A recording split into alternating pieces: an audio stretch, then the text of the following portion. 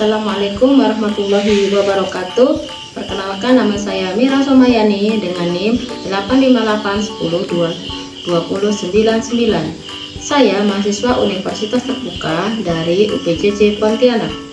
Pada kesempatan ini saya akan membuat video praktikum IPA di SD, yaitu tentang percobaan arus dan tegangan listrik.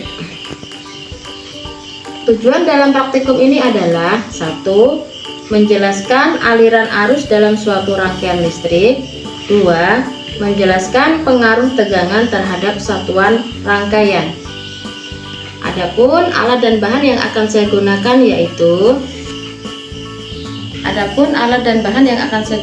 adalah ada aki, balon lampu, dan penjepit kabel. Dan rangkaian ini sudah saya rangkai. Listrik dinamis adalah aliran partikel bermuatan dalam bentuk arus listrik yang dapat menghasilkan energi listrik.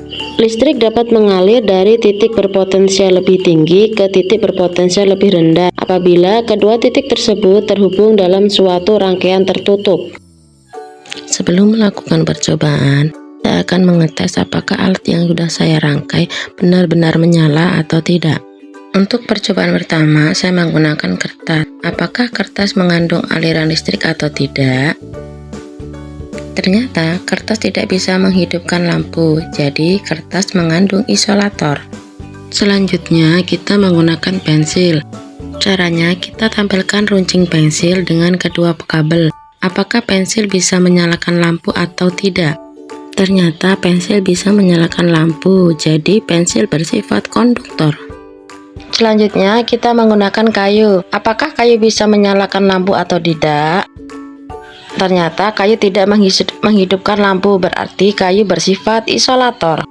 Selanjutnya, kita coba menggunakan sendok. Apakah sendok bisa menyalakan lampu? Ternyata sendok bisa menyalakan lampu, jadi sendok bersifat konduktor. Selanjutnya, kita menggunakan penghapus. Apakah penghapus bisa menyalakan lampu? Ternyata penghapus tidak bisa menyalakan lampu, jadi penghapus bersifat isolator. Lalu saya menggunakan paku. Apakah paku bisa menyalakan lampu? Ternyata paku dapat menyalakan lampu, berarti dia bersifat konduktor. Kemudian saya menggunakan besi tembaga. Apakah tembaga bisa menghidupkan lampu atau tidak? Ternyata besi tembaga bisa menghidupkan lampu, jadi dia bersifat konduktor. Kemudian saya menggunakan plastik. Ternyata plastik bersifat isolator.